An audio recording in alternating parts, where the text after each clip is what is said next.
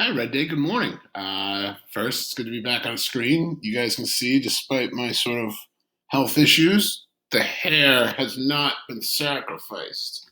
Um, I just got out of the shower, so it's like I got a little rat tail thing going on. So I just knew that Red Day, you guys have actually seen me live in person. You're definitely wondering about my flow.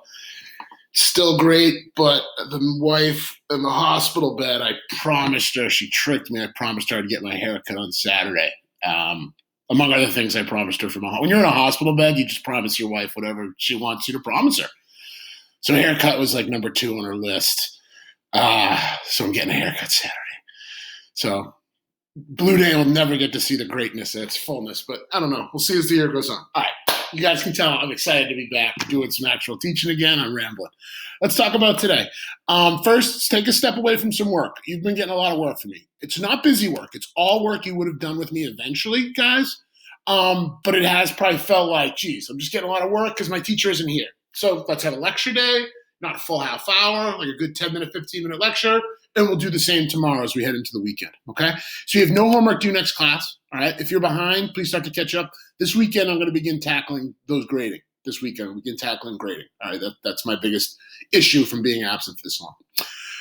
Class opener, guys. I'm going to go through quick on the class opener, but I would love it if you watch them yourselves. Today's about effects, right? You guys did that for your image search, and today we're going to get into about 3 of the major effects, and we'll finish the rest tomorrow of this Industrial Revolution. But the biggest one, guys, is on like a basic level is people's jobs just started to change. People went from being a lot of people, right before the Industrial Revolution, right? You're probably either like a member of your military in your country, you're a farmer, you're a tradesperson, so that means like you made things with your hands, or you were a salesperson, so you like were a merchant, you sold the stuff, right? You moved it around. That's not a lot of roles. That's not a lot of different jobs. It's not a lot of diversity. And like, let's be honest, a lot of people were just straight up farmers, okay? And one of the things the Industrial Revolution does is give job diversity, all right? But what I have here is 2 videos is about being an artisan, about there are modern artisans. So that an artisan is someone who makes the entire product all by themselves in one location. There's not like parts done in this factory versus another factory. There's not like an assembly line, sort of like one person does this little bit and then another person does this little bit. It's all done by one person. So I have 2 videos for you there. This one I don't like as much as the other one. This one's about how Italian shoes are made. And just the unique process it takes is this person makes, these things are one of a kind, okay? And then I love this dude, all right? And this is a handmade pair of boots. He sells these for tens of thousands of dollars, guys. And they are one of a kind, and he claims they will last forever. They're waterproof, all kinds of stuff. He uses all kinds of like really interesting, like natural, like the hair from animals to like sew everything. It's really interesting. If you're into footwear at all too, definitely check out both videos. Don't feel like you have to watch both of them. Pick one and watch not even the whole thing. Just get a feel for it. And what I want you to get out of this is in a factory, things change. All right. A lot of this sort of creativity, personalization, the one of a kindness goes away in a factory. I'll tell you a quick story about an old friend of mine who used to be a custodian at Natikai, Wally. He retired a few years ago, which is too bad because Wally makes everyone's day when he talks to you. Before Wally became a custodian for us, he worked in a car factory.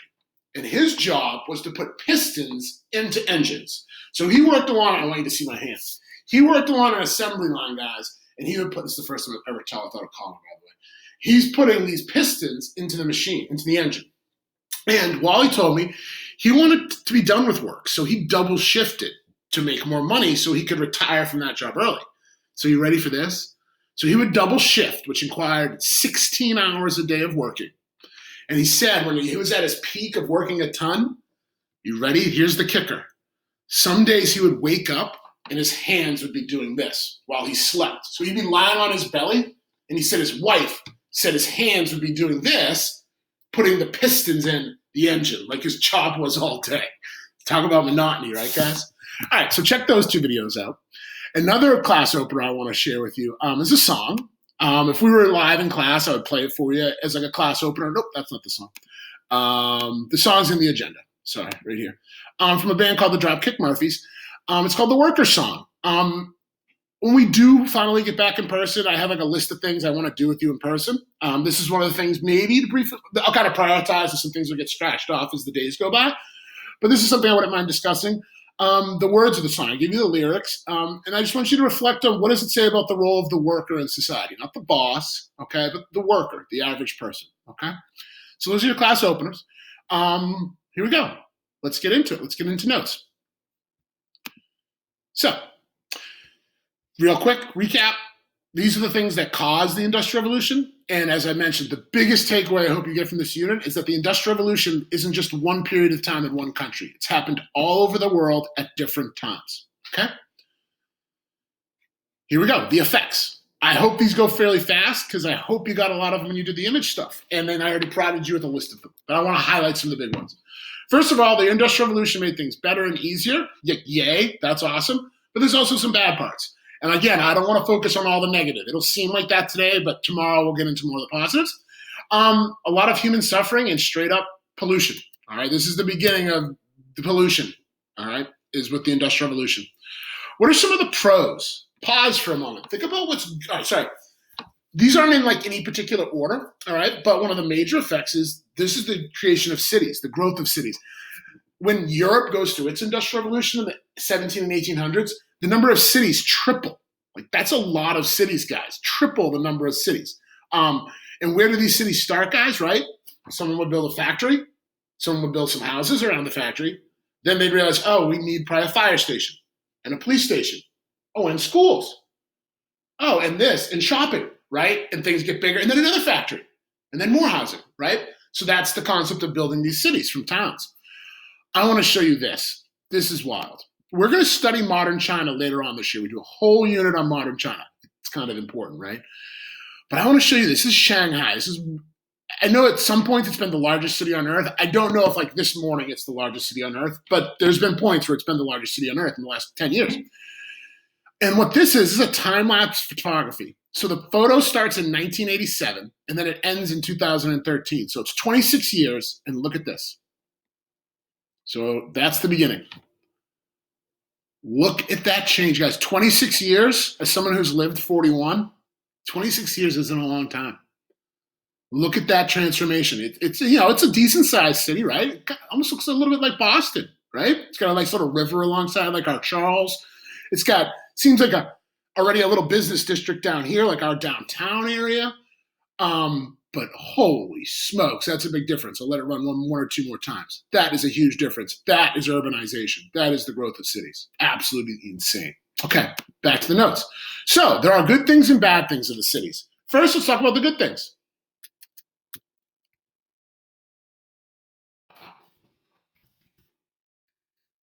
Sorry, I did this. I thought I did this. Let's see.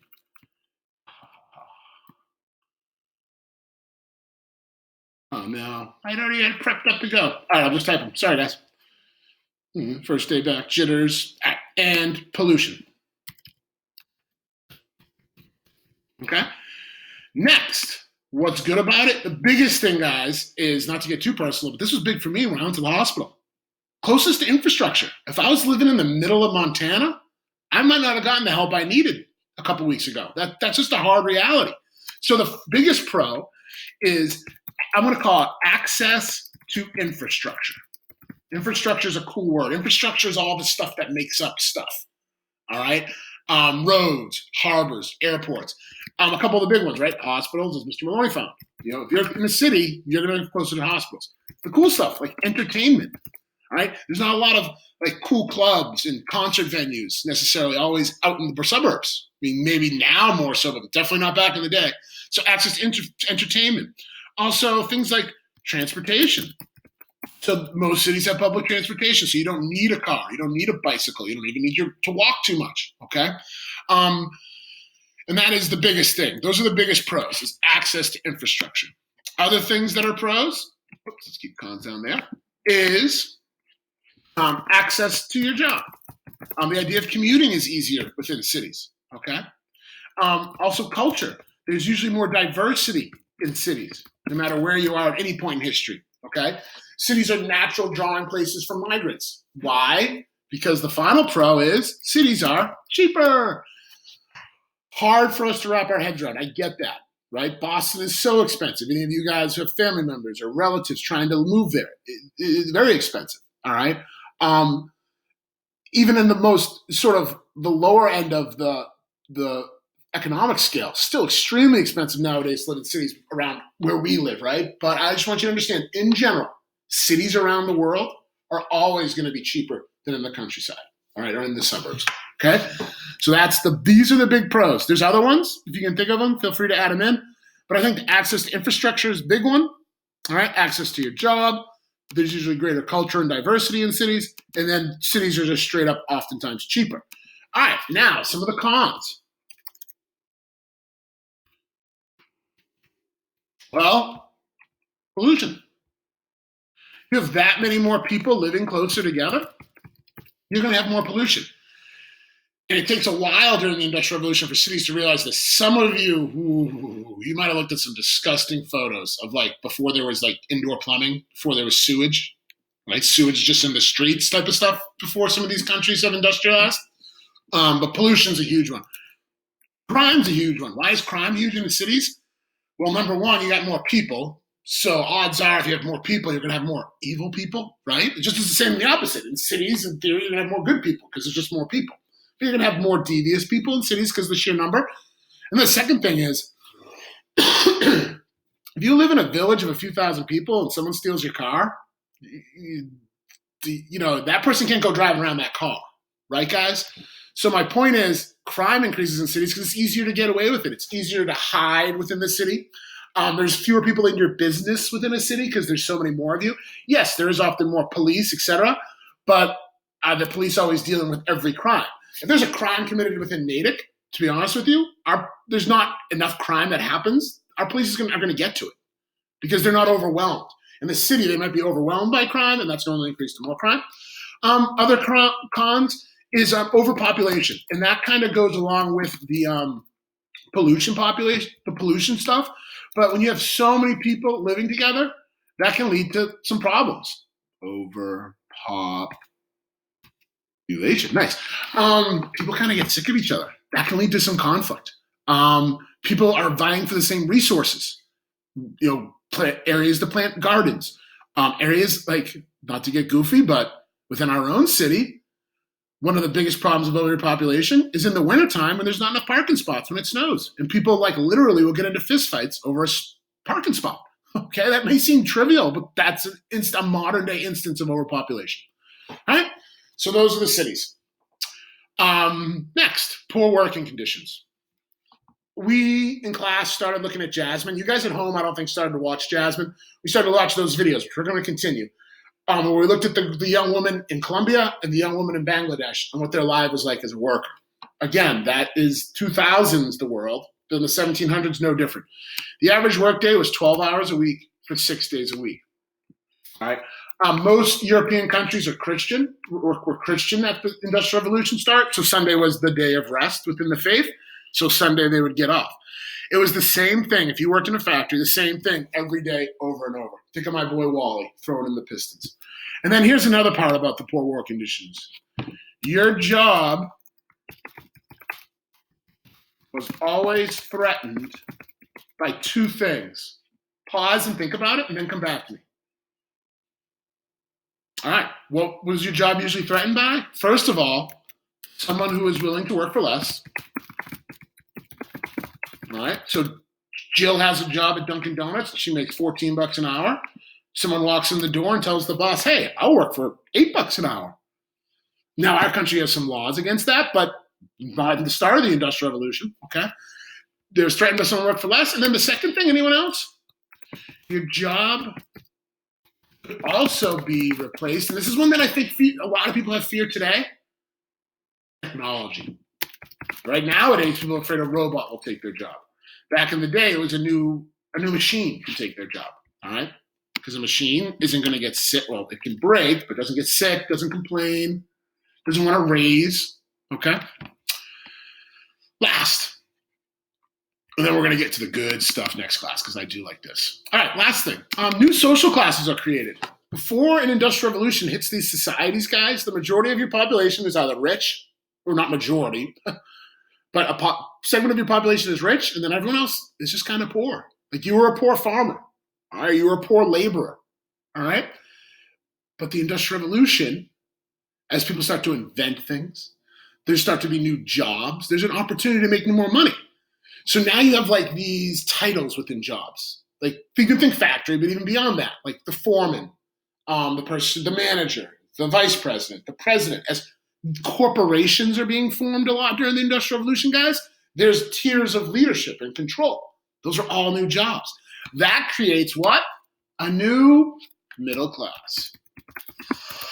The middle class had always been there. It was usually like non-nobles, lawyers, these artisans we've talked about, some of them, not all of them, but the talented ones were considered middle class. But the middle class is very small pre-industrial revolution in all these countries. Well, and then it becomes what? It's the people who have skills, professionals, the owners, some farmers who became more wealthy. All right, this becomes this middle class. The poor workers were the lowest class and their life stunk. All right, their jobs are often taken by new machines or someone who is willing to work for less. And I know I made that point earlier, but it's an important thing to get. Okay? I think I'm going to hold it there. I think that was long enough for today. I'm back in the saddle. Tomorrow you'll get another one of these. Right now, my plan is I'm going to the doctor today. Thursday. The plan is I think next week I'm going to start doing live classes with you guys, but over the computer, because I'm still like, I just get tired, guys. Like I walk out to bring my trash out to the curb and I come back and I'm exhausted. It's obnoxious because as you can see, like I'm, strong, like I feel okay, but those moments just absolutely destroy me. So I'm still working through that because I lost a lot of blood. So you have to get it back. Okay? Be a blood donor once you're old enough. Be a blood donor. Tomorrow we'll work on what's good. We'll do 4, 5, and 6 tomorrow, guys. And then next week we're going to start one of the most important parts of the year, and I'm really going to slow it down and beat you over the head with it. But these isms: capitalism, socialism, communism, and laissez-faire capitalism. It's one of those things that back in June, when we get to June, like if you remember just this, that's cool with me. And I'm bummed I won't be able to do it in person because it is so big, but that's big. All right, so that'll be big next week. We're going to wait till Monday. I think that's it. I could babble forever because, frankly, I've missed you guys. I'm not like crying, but I am tearing up a little bit. It felt good to teach again, guys. So that felt really good. I hope you appreciated it. And again, take a step back from the work. When you're done with this, you're cool. The next thing I want you to do is watch this opening ceremonies of the 2012 London Olympic Games because not only do I love the Olympics, I'm a dork about them, but this is a good artistic representation of England Industrial Revolution. All right, the place that started the Industrial Revolution. Their transformation from an agrarian, so farming, agrarian society to an industrial society is really played out well here in this. Okay? There are versions of this with commentary where like the announcers are like, now here comes so-and-so to act like so-and-so. I don't really want that for you. You can go and find them.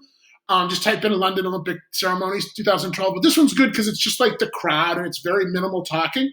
Because I just want you to take it in. I don't want you really to necessarily know everything. I just want you to kind of see what you see with your eyes and take it for that. All right, crew? That's it. If you need to print out these notes, you guys sitting at home, please print out these notes. All right, ask the teacher, whoever's the sub is, raise your hand. Hey, I want to go print these out if you lost them to get those printed out for you if you lost these since last class or last time we did this. All right, I really am going to shut up now. Be well. I'll get to grading. Take care of each other. It's weird not being there. I hope you missed me a little bit. I don't know. We just started to get to know each other, but anywho, we still got a lot of year left together. All right, guys, be well.